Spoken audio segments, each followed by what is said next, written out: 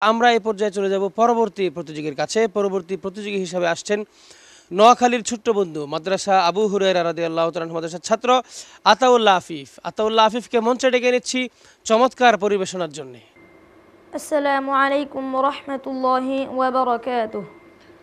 আলাইকুম আসসালাম ওরহমতুল্লাহি ওবরাকাতুহ। আমি তোমাকে যে আয়াতটি বলে দিব সেই আয়াত যে সূরাতে রয়েছে তুমি সেই সূরা শুরু থেকে তেলাওয়াত শুরু করবে। ইকরা মিন কওলিল্লাহি আযজা ওয়া জাল বা'দা আউযু বিল্লাহি মিনাশ শাইতানির রাজীম বিসমিল্লাহির রহমানির রহিম। أفمن هو قائم على كل نفس بما كسبت أعوذ بالله من الشيطان الرجيم.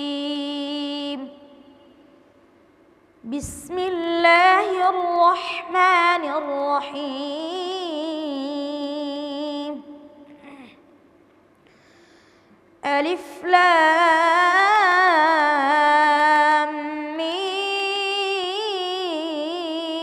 را تلك آيات الكتاب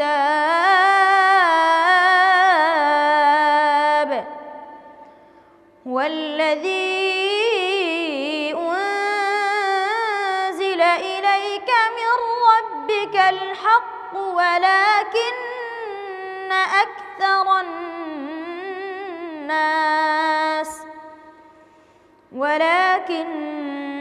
أكثر الناس لا يؤمنون. الله الذي رفع السماوات بغير عمد ترونها ثم استوى على العرش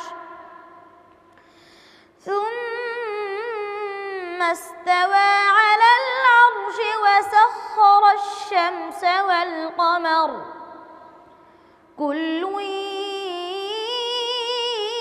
يجري لأجل مسمى يدبر الأمر يفصل الآيات لعلكم بلقاء ربكم توقنون.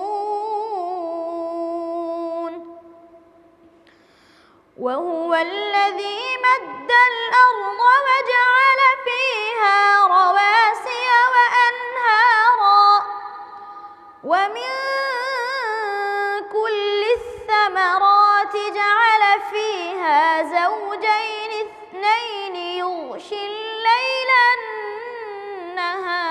النهار إن في ذلك لآيات لقوم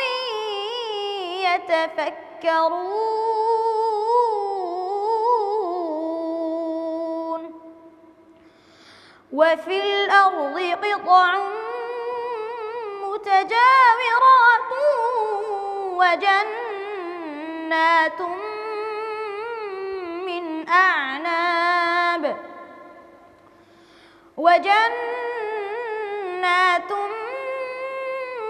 أعناب وزرع ونخيل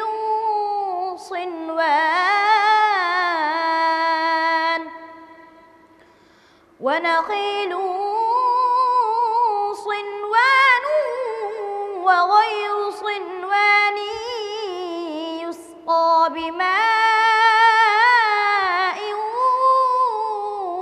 واحد ونفضل بعضها على بعض في الأكل إن في ذلك لآيات لقوم يعقلون. حسبك.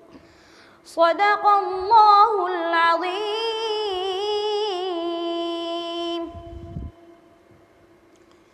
মাশাআল্লাহ। তার জন্য আমার অনেক দোয়া থাকলো।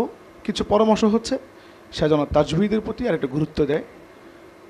কিছু গুন্না, কিছু মাত, এইসব বিষয়ে গুরুত্ব দিলে সে অনেক দূরে এগিয়ে যাবে ইনশাআল্লাহ। আপনি হঠাৎ করে হাফেজ আলেম জাগিয়ে ধরেন যে পট করে যদি বলেন যে অলামিয়া কুল্লাহ কুফুয়ান আহাদ, এটা কোথায় আছে বের করা, তার একটু সময় নিবে। যে সেই কুল্লু আল্লাহ আহাদ ধরতে হবে, তার খুঁজতে হবে। তার থেকেও দ্রুততর, খালি দ্রুত নয়, দ্রুততরভাবে তারা ধরে ফেলছে যে এই আয়াতটা কোন সূরা, সেই সূরা থেকে তেলাওয়াত করে শোনানো, এটা অনেক বিরাট বড় একটি ব্যাপার। আল্লাহ তাদের জেহেনকে আরও খুলিয়ে দেন। দেখুন না, আপনার পাশেই তো দাঁড়িয়ে আছে, সে লম্বার কত বড়, তার বয়স তো বোঝাই যাচ্ছে কত বড়। ঠিক মতো লুঙ্গি পড়তে পারে কি না তাও তো সন্দেহ, কিন্তু আল্লাহর কোরআনকে সে কণ্ঠস্থ করেছে। এটা আল্লাহ পাকের একটি বিরাট বড় অবদান, আল্লাহর খাস নিয়ামত, খাস রহমত, যা আজকে মানুষ দিকপাত করলে তাদের দৃষ্ট হবে সে ঠিকই আল্লাহর কোরআন। আল্লাহ যত বড়, কোরআন তত বড়, এবং আল্লাহর দয়া মায়া নিয়েই এই কোরআনের হাফেজরা এইভাবে প্রশ্নের উত্তর দিয়েই চলেছে। দোয়া থাকলো সবার জন্য, আল্লাহ এদেরকে উন্নততর, মহত্তর, মধুরতর জীবন দান করেন। যারাই তার তেলাওয়াত শুনবে প্রত্যেকেই চাইবে তার তেলাওয়াত আরও শুনতে, কিন্তু আমাদের তো একটা সময় বেঁধে দেওয়া আছে, এ সময় বেঁধে শেষ করতে হবে, এই জন্য তাকে আমরা থামতে বলেছি। আপনি যেভাবে বাছাই করেছেন, যে কষ্ট করেছেন এই কোরআনের জন্য, আল্লাহ যেন এই মাহে রমাদান আমি দোয়া করি, আল্লাহ যেন আপনাকে দুনিয়া এবং আখিরাতে জাযায়ে খায়ের দান করেন। আল্লাহুম্মা আমিন। অনেক ধন্যবাদ আপনাকে, আপনি ঠিকই বলেছেন, তারা এক একজন হলো কোরআনের কম্পিউটার। আমরা এই পর্যায়ে মন্তব্য শুনবো, আমাদের অতিথি প্যানেলে চলে যাব। আজকের অতিথি হিসাবে উপস্থিত রয়েছেন, আজকের এই মঞ্চের প্রধান অতিথি হিসাবে উপস্থিত রয়েছেন তারুণ্যের আইডল, বিশিষ্ট রাজনৈতিক ব্যক্তিত্ব, রাজনৈতিক বিশ্লেষক, তরুণ উদীয়মান রাজনীতিবিদ ডক্টর ফয়জুল হক। মনোমুগ্ধ করে শুনতেছিলাম পবিত্র কোরআনের সুর এই অনুষ্ঠানটি। আমার কাছে অত্যন্ত ভালো লেগেছে, অসাধারণ তেলাওয়াত ছিল আমাদের এই খুদে হাফেজ কারির। আর তার কণ্ঠ আসলে আমি প্রশংসা করে শেষ করতে পারবো না, যেটা আমাদের বিজ্ঞ বিচারক মণ্ডলী ইতিমধ্যেই বর্ণনা করেছেন যে ঠিকমতো লুঙ্গি পড়তার বয়স হয়নি, কিন্তু তার মুখ থেকে যেভাবে কোরআনের সুন্দর বাণী আমরা শুনতে পেলাম, সেটা আসলেই একমাত্র কোরআনের মোজেজা হিসেবেই আমরা দেখছি।